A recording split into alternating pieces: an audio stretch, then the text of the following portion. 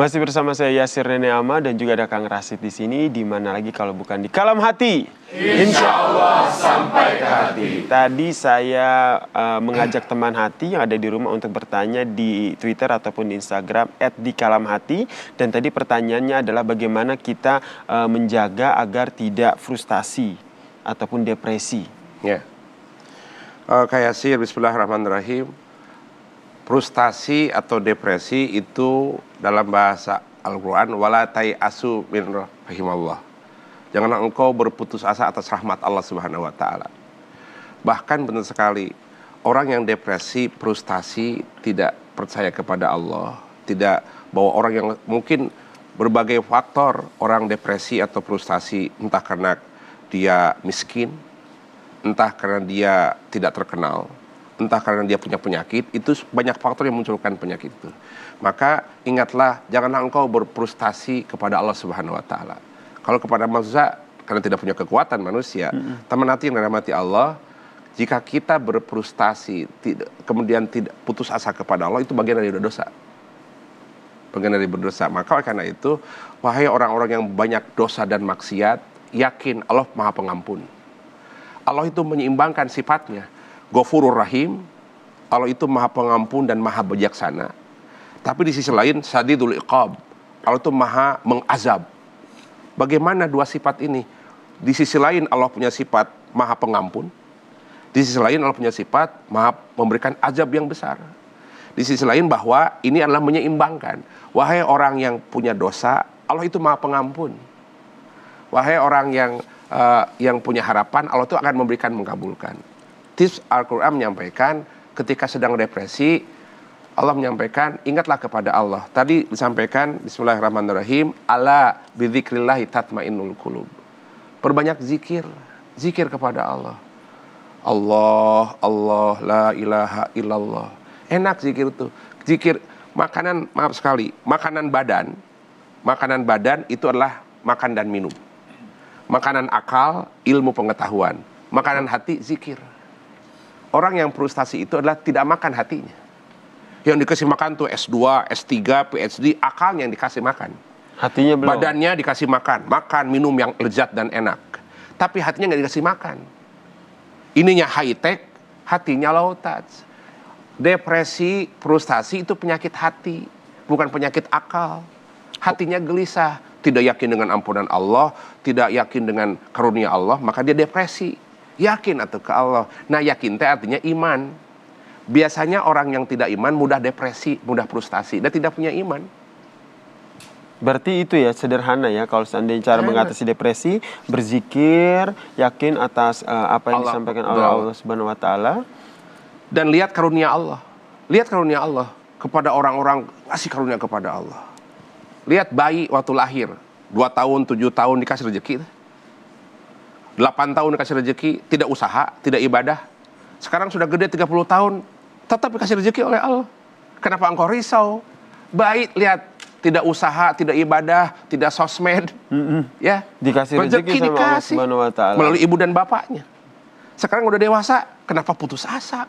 Kenapa harus depresi ya? Kenapa harus depresi? Padahal yakin Allah akan menolong kita. Jadi obat depresi iman kepada Allah. Satu itu. Kuncinya adalah obat depresi adalah iman kepada Allah Subhanahu wa taala. Semoga terjawab ya teman hati yang ada di rumah. Sekarang kita berikan kesempatan nih kepada teman hati yang ada di studio yang ingin bertanya. Silakan, ada yang ingin bertanya? Nah, Kang Rasid aja deh yang milih. Pilih mah Kak Yasir. Yang di hadapan Yasir. Oh begitu, ini saya lagi. Ya? Saya pilih, oke kalau begitu. Brother Said. Brother Said aja kalau gitu. Nih yang putih-putih, saya yang kacamata. Boleh silakan. Assalamualaikum Pak Ustadz. Waalaikumsalam warahmatullahi wabarakatuh. Ya, perkenalkan nama saya Febrian Hendrawan. Saya mau bertanya, dalam ajaran Islam itu sendiri apakah mengenal dengan apa yang dinamakan penyakit mental, Ustadz? Ya. Terima kasih. Wassalamualaikum warahmatullahi wabarakatuh. Waalaikumsalam warahmatullahi wabarakatuh. Ini dari Brother Said nih pertanyaannya nih. Agak ilmiah nih Kang. Iya, mental. Penyakit mental. Spiritual. Apakah di dalam ajaran Islam ada diajarkan seperti itu? Ya. Islam mengenal penyakit mental itu lebih kepada penyakit hati. Karena tubuh kita terbagi dua sisi. Kak Yasir, teman hati yang dirahmati Allah. Ada sisi lahir, ada sisi batin. Sisi lahir teh badan, sisi batin itu ruh dan hati. Badan ini pusatnya di otak, sedangkan batin pusatnya di hati. Itulah yang dimaksud bahwa Islam itu, manusia hakiki itu hati dan ruhnya. Kalau ada lahir, ada batin, ada jasmani, ada ruhani. Mental itu termasuk penyakit ruhani. Tapi kalau boleh dikategorikan, Imam Al-Ghazali mendefinisikan penyakit mental atau penyakit hati itu adalah ada 40 jenis. Banyak amat, Kang. Banyak sekali, Kang. 40 jenis. 40 jenis. Tetapi dari 40 jenis itu, teman hati, itu diringkas yang menjadi biang kerok kemaksiatan ada 4. 4, boleh Kang. Yang pertama. Pertama, angkuh sombong. Orang ketika punya teman, angkuh itu penyakit mental itu. Sombong. Sombong Anda. Sombong. Oke. Yang kedua, rakus. Yang ketiga, iri dengki, hasut. Hasut itu punya anak. Hasut punya anak namanya iri. Iri punya anak namanya dengki. Dengki punya anak namanya dendam. Itu satu paket itu. Oh gitu. Hasut, iri hati, dengki, Kang? dan dendam aja cucu. Yang keempat adalah dia berharap berlebih. Apa berharap berlebih itu? Dia melamun, berharap berlebih. Usia yang sudah 70 tahun, ya Allah, jadi karena itu usia 70 tahun. Ada tuh Kang bahasa gaulnya. Apa tuh? Halu. Halu. Halu itu mental itu. Nah, ini penyakit, Pak. Penyakit itu ada. Nah, penyakit jiwa, penyakit mental itu yang berpusat bersarang di hati. Hati, punten, hati itu letaknya bukan di sebelah kanan. Yang kanan itu hati, tapi liver namanya, untuk membentuk racun. Yang maksud hati itu hati nurani. Itu di dada sebelah kiri namanya jantung. Heart attack. Kalau sakit hati, broken heart, gitu ya. Betul, teman hati gitu ya. Nih, pernah sakit hati ya? Kemudian kalau bahasa orang Sunda namanya manah. Ya, kalau bahasa Cina Medan, Cina Kalimantan namanya yongsim, ruh jiwa itu. Nah, oleh karena itu penting sekali itu ada dalam Islam. Obat cuma Kang Rasid, pertama penyakit hati adalah sombong. Siapa pelakunya? Iblis. Maka orang yang angkuh itu temannya iblis. Bagaimana tidak iblis ketika itu? Usjudu li Adam fasajadu ila iblis. Wahai iblis, wahai para malaikat, tunduklah kepada Nabi Adam. Illa iblis, kecuali iblis. Kenapa iblis tidak mau sujud? Kenapa? Wahai iblis, kenapa yang mencegahmu untuk tidak sujud kepada Nabi Adam? Iblis menjawab, khalaqtani min nar wa khalaqtahu min tin. Aku diciptakan dari api ya Allah, sedangkan Adam dari tanah. Hina tanah mah. Coba tanah pakai api jadi gentong. Tanah dibakar oleh api jadi guci. Muliaan api, angkuh. Maka dia terbakar oleh keangkuhan dirinya. Api. Itu penyakit mental. Cara menghilangkannya cuman satu. Ingat kepada Allah. Lagi-lagi ingat kepada Allah. La ilaha illallah. Justru dia angkuh, dia hasut, iri, dengki, dan dendam. Itu akibat tidak ingat kepada Allah Subhanahu wa ta'ala. Dia itu lahir nothing. Sekarang kau everything, kau punya apa?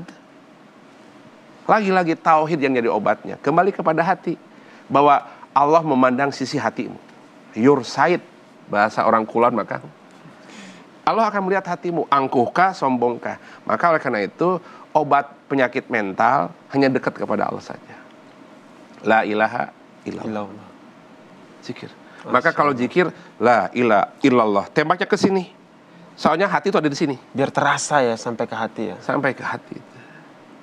Dan itu adalah tagline dari Kalam Hati, insya Allah, insya Allah sampai ke hati. Masya Allah, terima kasih Kang Rasid. Semoga apa yang disampaikan oleh Kang Rasid kali ini sampai ke hati kita terkait dengan bagaimana menyeimbangkan antara harap dan juga cemas. Seperti yang tadi disampaikan oleh Kang Rasid, bahwa menyeimbangkannya sederhana, yaitu dengan mengabdikan diri kita ataupun memandu diri kita di jalan Allah Subhanahu wa Ta'ala. Terima kasih Kang Rasid atas obrolan kita pada pagi hari ini. Semoga bermanfaat untuk kita semua. Dan bagi teman hati yang tidak sempat menyaksikan program Kalam Hati yang episode kali ini, tenang saja karena semua episode kali ini akan diunggah di kanal YouTube Beranda Islami. Jadi jangan lupa untuk like, komen, dan juga subscribe ya teman hati.